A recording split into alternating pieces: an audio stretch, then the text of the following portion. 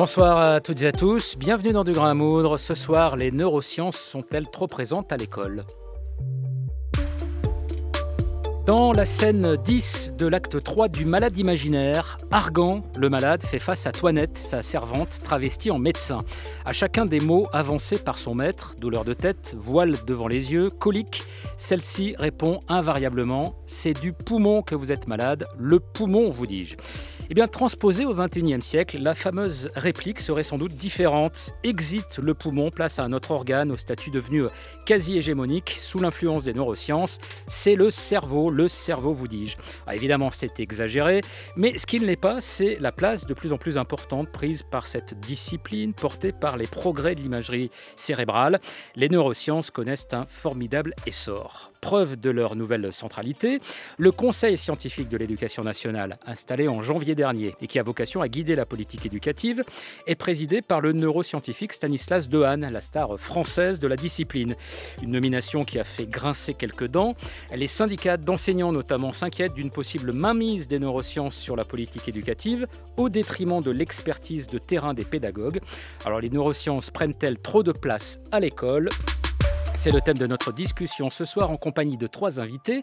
Gérard Pommier, bonsoir. Bonsoir. Vous êtes psychiatre et psychanalyste, directeur de recherche à Paris 7. Et vous avez publié notamment chez Flammarion « Comment les neurosciences démontrent la psychanalyse ». C'était en 2010. Pour discuter avec vous, Stanislas Morel, bonsoir. Bonsoir. Vous êtes sociologue, maître de conférences en sciences de l'éducation à l'université de Saint-Étienne. Et on vous doit la médicalisation de l'échec scolaire, c'était en 2014, aux éditions La Dispute. Et puis notre troisième invité est à Avignon, dans les studios de France Bleu Vaucluse. Il s'agit de Liliane Springer-Charolles. Bonsoir. Bonsoir. Vous êtes linguiste, spécialiste de l'apprentissage de la lecture, directrice de recherche émérite au CNRS. Vous avez publié chez Duno en 2013 « Lecture et dyslexie, approche cognitive » et vous faites partie de ce Conseil scientifique de l'éducation nationale dont j'évoquais l'installation en janvier. C'est d'ailleurs à vous, Liliane Springer-Charolles, que je voudrais poser la question. Ça fait 3 mois que ce Conseil scientifique de l'éducation nationale est installé. Donc, ça sert à quoi et qu'est-ce que vous y faites ? Mais déjà, je voudrais revenir sur le titre de l'émission. Ce n'est pas les neurosciences qui sont présentes essentiellement dans le Conseil scientifique de l'éducation nationale, mais ce sont les sciences cognitives. Qu'est-ce que sont les sciences cognitives ? C'est quelque chose qui est pluridisciplinaire par définition. Elles ont été créées, disons, dans les années 56 aux États-Unis, avec un psychologue, Miller, qui a travaillé sur la mémoire, le nombre magique 7 plus ou moins 2, un linguiste, Chomsky, et 2 spécialistes de l'intelligence artificielle, c'est-à-dire du traitement de l'information, qui étaient Miller et Simon.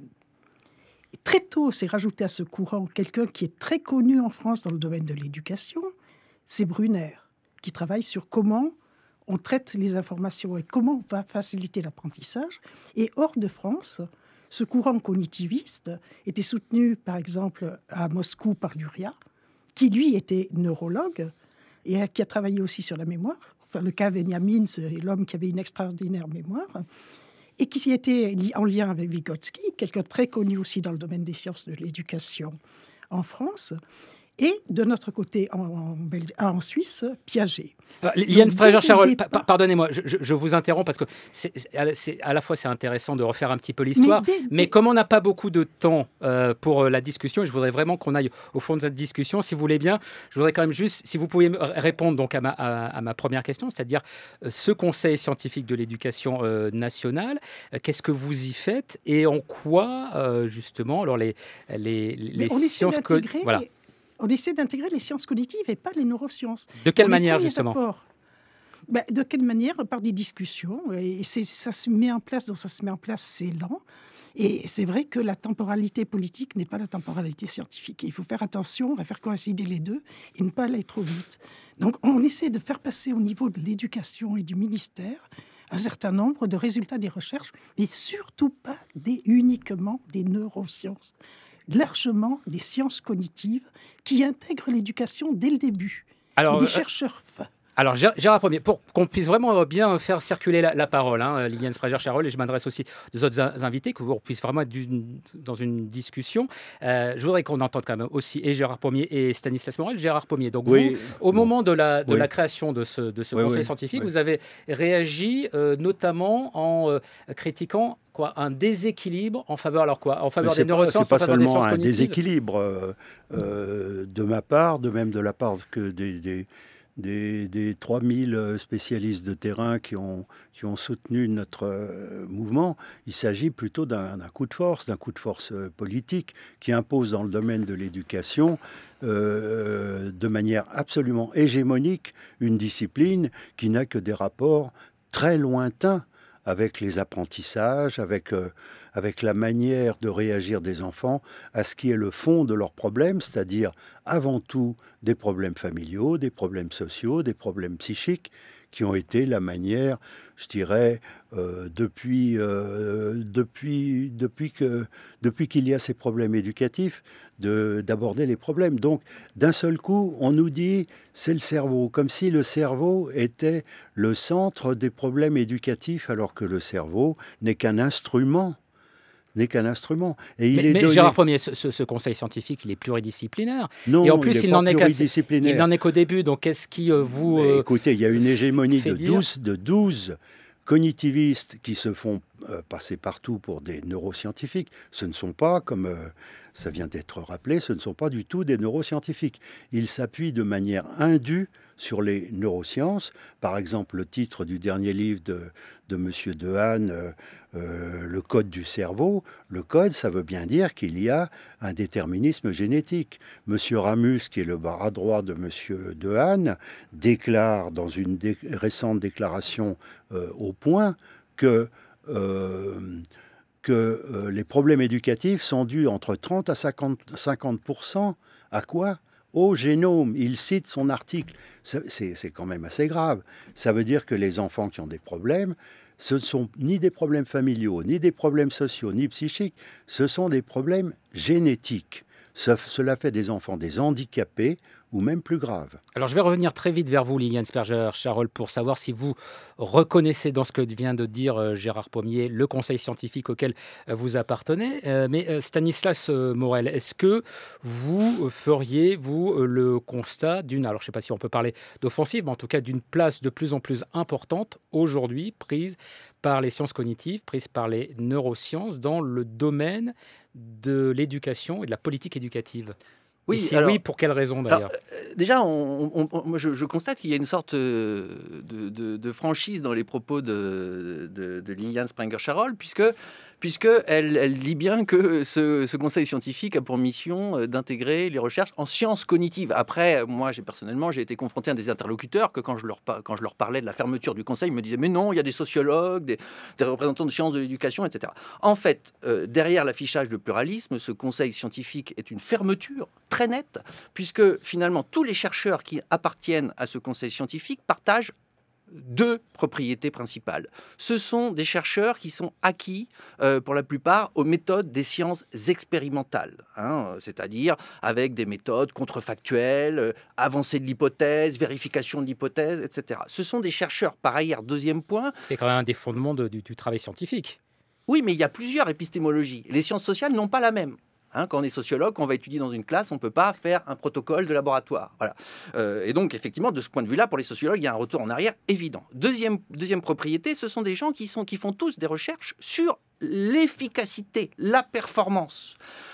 Pour tout vous dire, donc, ce conseil scientifique met à l'écart toute une série de chercheurs qui sont, par exemple, qui sont dans la psychologie clinique, qui sont dans les recherches monographiques, qui sont dans les recherches historiques, qui sont aussi dans la recherche du sens, du comment, etc., et non pas simplement de la performance.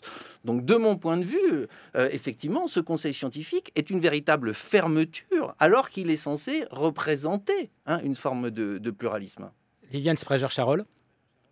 Mais écoutez, j'ai essayé d'expliquer que dès le départ, les sciences cognitives se définissaient comme interdisciplinaires, c'est-à-dire intégrant la psychologie, l'intelligence artificielle, la linguistique et les sciences de l'éducation. Que fait-on de Brunner? Est-ce que Brunner n'est pas un chercheur phare dans le domaine des sciences de l'éducation? Est-ce que ce n'est pas lui qui a essayé de définir des concepts clés qui facilitent les conditions d'apprentissage pour tous? Et c'est Mérieux qui s'appuie sur Brunner. Et Brunner est un cognitiviste, c'est un socio-cognitiviste. Et les sciences, comme vous l'avez dit, Monsieur Gardette, les sciences sont une méthode. Et une méthode qui était définie dès le début par Langevin et Vallon. Vallon qui ont été à l'origine d'un plan de modification du système éducatif, et défendu par Mial Larrey, qui a fondé les sciences de l'éducation. Alors, il y a des discours qui sont difficilement acceptables. Qu'est-ce que les sciences cognitives peuvent permettre de comprendre en matière justement de pédagogie, d'éducation, Liliane Springer-Charolles? Mais si il y a un domaine où la France va mal, les sociologues ça l'ont bien fait remarquer, c'est le domaine de la lecture.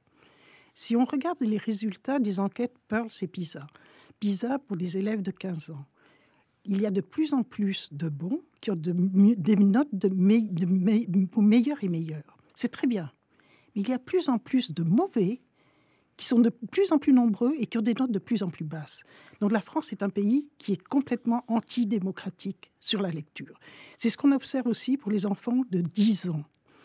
Les enfants de 10 ans en France sont de plus en plus faibles, pour les plus faibles, et les résultats là, dans cette enquête-là, des meilleurs ont baissé aussi. Donc on n'a pas l'écartement dans l'enquête PISA qu'on observe dans l'enquête Pearls, qu'on observe dans l'enquête PISA, mais on a un résultat qui est désastreux.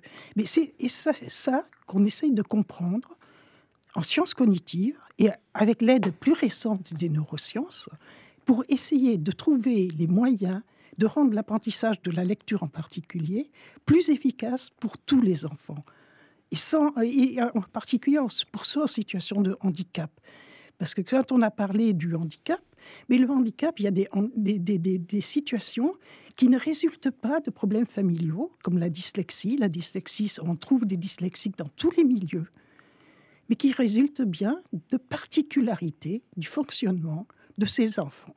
Alors ça, c'est vrai quand même que Gérard Pommier et Stanislas Morel, c'est un vrai argument. C'est-à-dire qu'il y a ces enquêtes qui existent, qui témoignent de grosses difficultés du système scolaire français. Alors, sauf à contester le résultat de ces enquêtes, mais si on considère que ces enquêtes disent en partie vrai, même après, si on peut toujours les nuancer.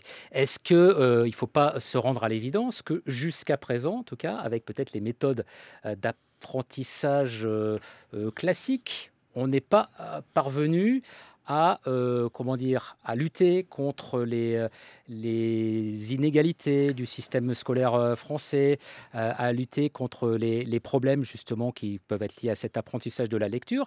Et pourquoi ne pas se servir aussi des sciences cognitives et des neurosciences pour essayer d'améliorer les choses, Gérard Pommier? Oui, mais ces enquêtes sont tout à fait vraies.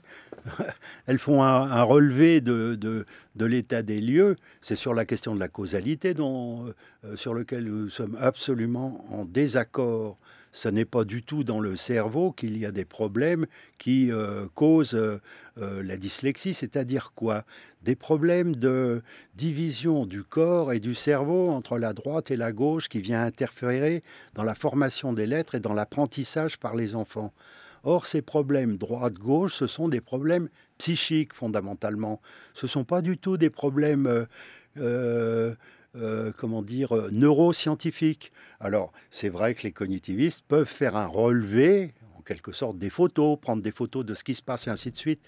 Mais si on s'intéresse à la causalité, la question de la dyslexie n'est pas une question génétique. Contrairement à ce que dit M. Ramus, qui... Oui, mais là, c'est pas ce que nous a dit Liliane Springer-Charolles. Mais c'est pas ce qu'elle vous a dit.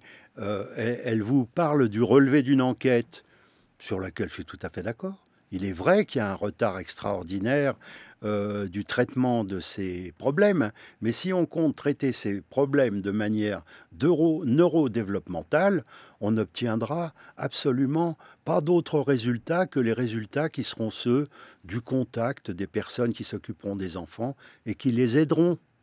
Ce n'est pas du tout les schémas cognitivistes qui aideront quoi que ce soit. Encore une fois, les photos du terrain, si vous prenez des photos d'un avion, de la géographie d'un pays, c'est pas ça qui vous apprendra à construire un barrage sur un fleuve. Non, il faut le spécialiste qui connaisse exactement pourquoi, comment ça se passe exactement pour tel et tel enfant. Il faut des spécialistes de terrain. Il ne faut pas du tout des gens qui s'occupent de comment un neurone est connecté à un autre. On trouvera toujours comment un neurone est connecté à un autre. Sauf que la façon dont ça se connecte et la façon dont on stimule le Oui, cerveau peut aussi justement avoir ça sert un pas à impact grand-chose. sur la façon dont on apprend et dont Non, on ça apprend sert une pas à langue. grand-chose. Ce qui compte, c'est de trouver la causalité du problème. La causalité du problème, c'est l'enfant qui souffre, qui la possède, ou sa famille qui la possède, je veux dire, qui en possède la clé. C'est ça. Hein. On ne peut pas penser que de l'extérieur, on va pouvoir lui mettre un programme qui va l'aider autrement que d'une manière personnelle, individuelle. Stanislas Morel, les sciences cognitives et les neurosciences peuvent quand même avoir un intérêt pour aider à établir le diagnostic, pour essayer de comprendre finalement ce qui dysfonctionne dans le système éducatif. Et si oui, est-ce que ça doit s'arrêter là ou bien est-ce que ça peut aussi servir à faire des préconisations? Écoutez, de ce point de vue-là, je serais peut-être un peu plus nuancé que M. Pommier. Moi, il me semble que ce que j'ai lu et les collaborations que j'ai avec des cognitivistes me semblent intéressantes. Et il y a des aspects comme toujours intéressant de se poser la question comment ce qui se passe dans le cerveau quand on déchiffre des correspondances graphophоnémiques, des opérations, des processus cognitifs, etc., qui sont intéressants de comprendre. Encore une fois, le problème, c'est quand ces questionnements intéressants en finissent par prendre toute la place. Moi, de mon point de vue, c'est ça le problème. Et de ce point de vue-là, pour être un point de vue un peu relativiste, si vous voulez, je pense que aussi bien l'impérialisme psychanalytique que sociologique que cognitiviste pose problème. Et c'est ça le problème, plus que l'intérêt. Je pense que tout le monde, enfin beaucoup de gens sont d'accord pour dire qu'il y a un intérêt des sciences cognitives. Et M. Pommier, le premier, qui s'intéresse beaucoup aux neurosciences. Mais c'est pas ça la question. Mais il se manifeste comment cet impérialisme, alors appelons-le comme ça, cognitiviste? C'est-à-dire, est-ce que c'est dans les classes qui se manifeste aujourd'hui, Stanislas Morel? Moi, j'ai un petit peu perdu le contact avec notamment l'école primaire. Mes enfants sont un petit peu grands, mais j'ai jamais vraiment entendu parler de cette intrusion-là de manière en tout cas aussi manifeste. Alors, déjà, il y a une chose, c'est que là, on est en train de parler de débats qui se situent au niveau scientifique, au niveau des débats politiques. Vous savez que l'école est une institution qui est dure à changer, hein, et que donc, effectivement, c'est pas pour demain que les enseignants vont appliquer les préconisations des neuroscientifiques comme ils n'ont pas appliqué celles des sociologues ou des psychanalystes. Donc, il y a une autonomie du monde scolaire qui est difficilement... Autonomie et pragmatisme, on va dire, qui protège voilà. peut-être justement de trop forte intrusion, quelle qu'elle soit. Tout à fait. Mais je voulais vous laisser poursuivre par rapport à cette question, justement, c'est-à-dire, il y a peut-être une intrusion, mais qui pour l'instant n'est pas encore, comment dire, n'est pas encore dans les classes, c'est ça? Alors non, elle est comment dire, elle est en train de se construire. Et si vous voulez, moi je pense que la plupart des enseignants ne vivent pas les sciences cognitives comme une discipline invasive, etc. Ils ont l'impression d'être toujours relativement autonomes dans leur classe. Le problème, c'est plus quelque chose qui se construit à plusieurs niveaux. C'est-à-dire qu'il y a les chercheurs en neurosciences, mais qui font pour certains du très bon boulot, et puis qui sont prudents, contrairement à... Il y en a d'autres qui sont moins prudents, mais il y en a beaucoup qui sont prudents. Mais il y a aussi une instrumentalisation de cette recherche en neurosciences, des fois par les hommes politiques, si vous voulez. Des hommes politiques comme Gilles de Robien en 2006, qui disait, voilà, on a montré que la syllabique faisait ceci, cela. Alors, bon, même les chercheurs en neurosciences étaient plus nuancés sur ces questions. Et si vous voulez, il y a aussi tous les parents qui se saisissent de ces questions-là, dans un contexte où la compétition scolaire n'a jamais été aussi importante.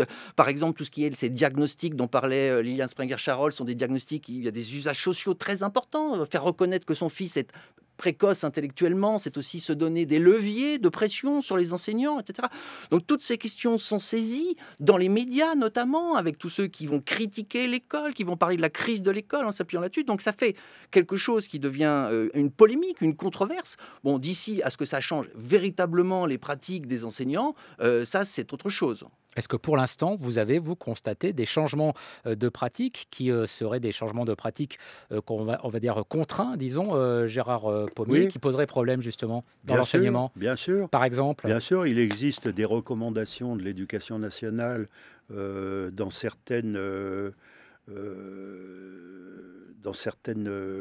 régions de France qui indiquent aux enseignants comment faire des diagnostics des diagnostics du TDAH, des enfants agités, qui leur disent exactement la démarche à suivre et ainsi de suite, alors qu'on sait très bien que ce diagnostic TDAH est hautement contesté au niveau international, qu'il aboutit à la prise de Ritaline pour beaucoup d'enfants, qu'aux États-Unis, ça a donné 8 millions d'enfants qui prennent de la Ritaline tous les jours.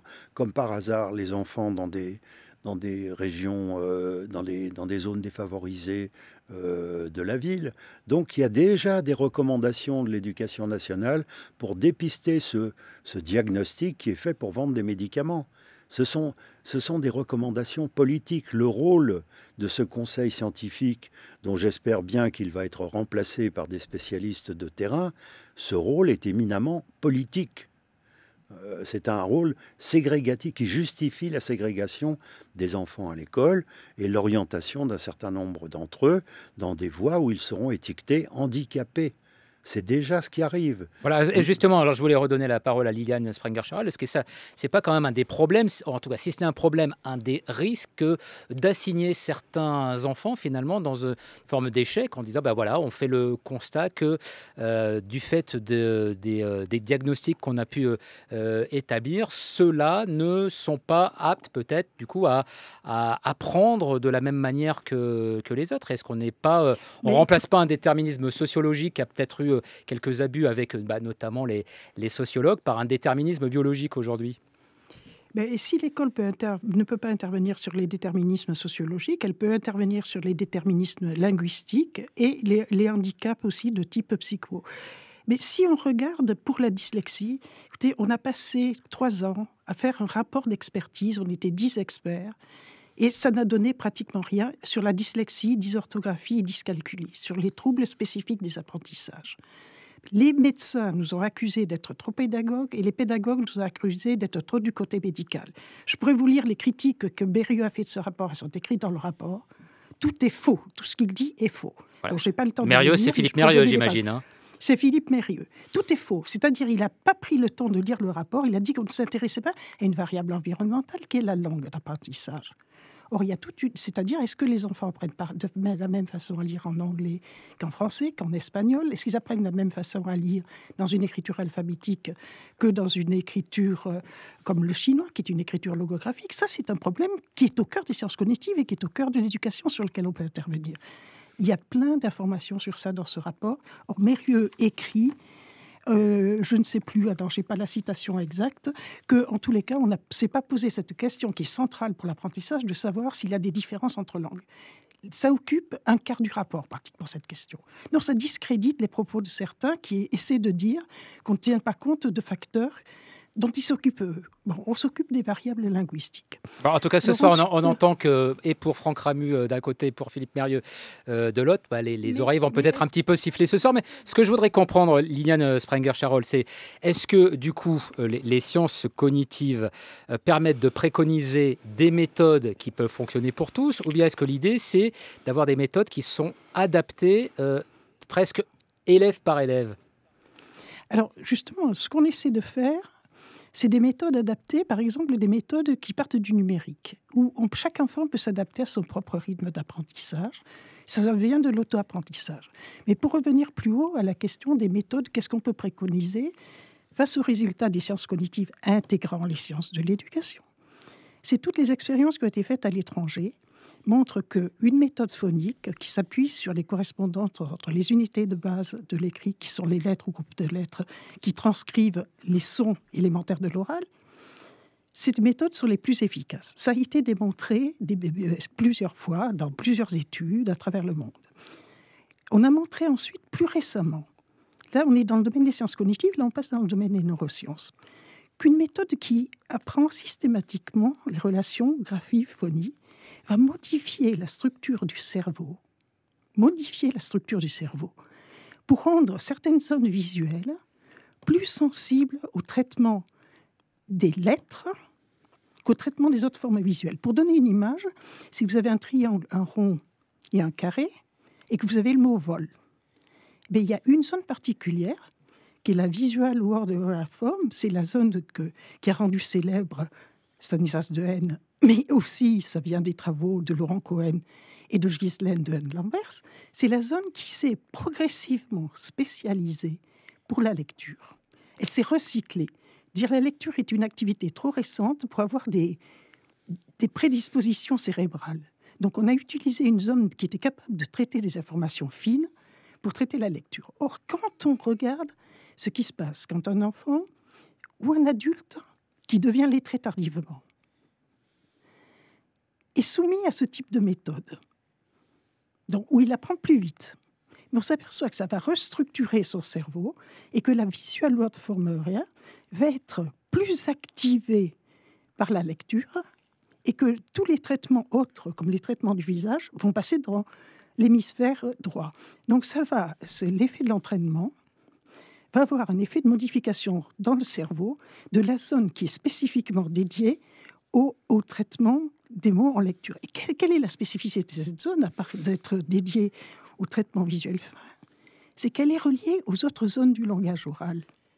Les zones du frontal et les zones dont Wernicke et Broca avaient montré l'existence. Donc, ce que redécouvrent les sciences cognitives maintenant avec de nouvelles méthodologies, c'est des découvertes du 19e siècle fondamentales pour comprendre comment on peut parler. Alors justement, Liliane Sprague-Charol, j'allais y venir, parce que finalement, ce que vous nous expliquez, il y a sans doute des choses que un certain nombre d'enseignants, même sans doute beaucoup d'enseignants, connaissent déjà. Est-ce que finalement, et c'est peut-être ça aussi une des bonnes nouvelles, Stanislas Morel, est-ce que les sciences cognitives ne viennent pas valider un certain nombre de pratiques d'apprentissage qui existent déjà dans les classes et dont les enseignants ont pu faire justement l'usage de manière assez finalement pragmatique, c'est-à-dire en se rendant compte que ce qui fonctionne le mieux dans un certain nombre de cas, c'est peut-être, alors on va pas reparler de la guéguerre entre méthode syllabique et méthode globale, parce que tous les enseignants vont vous dire que ça n'existe plus depuis belle lurette, mais en tout cas ça valide quand même des méthodes d'enseignement qui existent déjà depuis longtemps, non? Alors, moi, j'ai pas fait de recherche personnellement là-dessus, mais pour fréquenter très souvent le monde enseignant, c'est vrai que aussi bien les syndicats que beaucoup d'enseignants peuvent avoir l'impression que les préconisations, que les constats posés par les sciences cognitives sont, connus, qu'ils les appliquent, que, par exemple, la réponse traditionnelle des enseignants, c'est « mais ça fait belle lurette que nous ne faisons plus de méthode globale, que nous avons des méthodes mixtes, que nous prêtons attention au déchiffrage, etc. » Donc, c'est un peu un dialogue de sourds entre des chercheurs en neurosciences qui pointent les déficiences des situations d'enseignement-apprentissage, des enseignants qui ne feraient pas ce qu'il faut faire, et des enseignants qui se défendent de dire mais finalement ils enfoncent des portes ouvertes en disant qu'il faut faire comme ceci, comme cela, etc. Donc il y a vraiment des tensions qui sont en train de se créer, au moins entre les syndicats et les neurosciences. Oui, mais quand ils vont se rendre compte qu'ils disent à peu près la même chose, finalement les tensions vont peut-être s'atténuer, non? Alors je ne suis pas sûr qu'ils disent exactement la même chose. Surtout, en fait, il faut voir, puisque les oreilles de Franck Ramus sifflent, qu'elles continuent à siffler, peut-être 2 fois, 3 fois. Mais par exemple, les recommandations que Franck Ramus a dans le domaine éducatif, par exemple, quand il fait référence au psychiatre américain, méthode Kazri, etc., on voit bien que le comportementalisme qu'il préconise comme étant validé par les méthodes scientifiques, etc., est quelque chose qui pose problème au niveau enseignant, etc. Donc il y a des méthodes qui sont défendues par les neurosciences qui, effectivement, sont susceptibles d'entrer en conflit avec le monde enseignant. Gérard Pommier. Oui, je suis content d'apprendre que, enfin, les grandes avancées des neurologues du 19e siècle commencent à être prises en compte, c'est-à-dire les découvertes de Broca sur le cerveau gauche, le cerveau droit, sur comment l'imagerie, en effet, peut relever ce qui se passe sur le cerveau droit, mais que tout est forcément vectorialisé dans un sens vers le cerveau gauche, c'est-à-dire le langage, et que le moteur de tout ce qui est éducatif pour un enfant, c'est la parole telle qu'elle se tient avec des enseignants ou avec des gens qui s'occupent de la souffrance psychique d'un enfant particulier, et que le reste, la méthodologie, encore une fois, c'est de la cuisine, ça peut être la méthode globale, ça peut être une autre méthode, ou ça peut être des recettes de grand-mère. Quand on lit certaines recommandations de cognitivistes, qui sont des recommandations de bon sens, évidemment qu'on va être d'accord avec ça. Évidemment qu'on est d'accord avec des méthodes éducatives, mais ce sont des méthodes éducatives qui ne peuvent pas être globales, qui doivent tenir en compte la particularité de chaque enfant et de ne pas croire que c'est le cerveau à lui tout seul qui est le maître de la machine. Pas du tout. Oui, mais ce que nous a dit au début de cette émission Liliane Springer-Charol, c'est qu'il n'y a justement pas du tout de volonté d'hégémonie. Mais si, Et- le conseil est hégémonique. Il y a 12 personnes qui ont exactement, qui viennent des mêmes laboratoires, qui ont les mêmes centres d'intérêt, de recherche. Je veux dire, pourquoi n'y a-t-il personne des sciences de l'éducation? Si, il y a quelques personnes des sciences de l'éducation. Pourquoi n'y a-t-il aucun psychanalyste, par exemple? Mais ce qui s'appelle zéro, alors que les questions de la souffrance psychique des enfants sont traitées par ces spécialistes depuis les débuts de la psychanalyse, c'est-à-dire les problèmes de l'enfance, les problèmes d'apprentissage de la dyslexie en particulier, le fait que le corps soit un corps droit et un corps gauche, et que cet apprentissage soit commandé par cette division pour lequel il n'y a aucun gène dans le cerveau qui soit décelé. Aucun. Voilà. Alors, donc, il faudrait, si ces comportementalistes, cognitivistes veulent ne pas être hégémoniques, qu'il y ait un travail pluridisciplinaire. Nous avons prôné ce travail disciplinaire pendant des dizaines d'années. Des dizaines. Et nous aboutissons à quoi? Mais ça, c'est au ministère de l'Éducation nationale qu'il faut le dire. C'est peut-être pas aux membres de ce comité qui sont là parce qu'on les a désignés, mais Ouais, non. ouais. Mais M. Blanquer a appartenu au même réseau que M. Dehaene, que M. Ramus. Agir pour l'école, ce sont des réseaux qui sont bien connus, qui ont des options extrêmement raides sur les questions éducatives. Stanislas Morel. Oui, on le voit, hein, il y a une sorte de guerre là, scolaire qui est en train d'être réactivée avec des gens qui ne sont pas d'accord. Et là, moi, je serais assez d'accord avec Gérard Pommier pour dire qu'il est impératif de créer un travail pluridisciplinaire. Or, quand Liliane Springer-Charol dit que les sciences cognitives ont intégré les sciences de l'éducation, à mon avis, c'est une déclaration d'intention qui ne coûte pas cher, mais dans le fond, c'est compliqué. Il faudrait vraiment travailler à cette rencontre entre les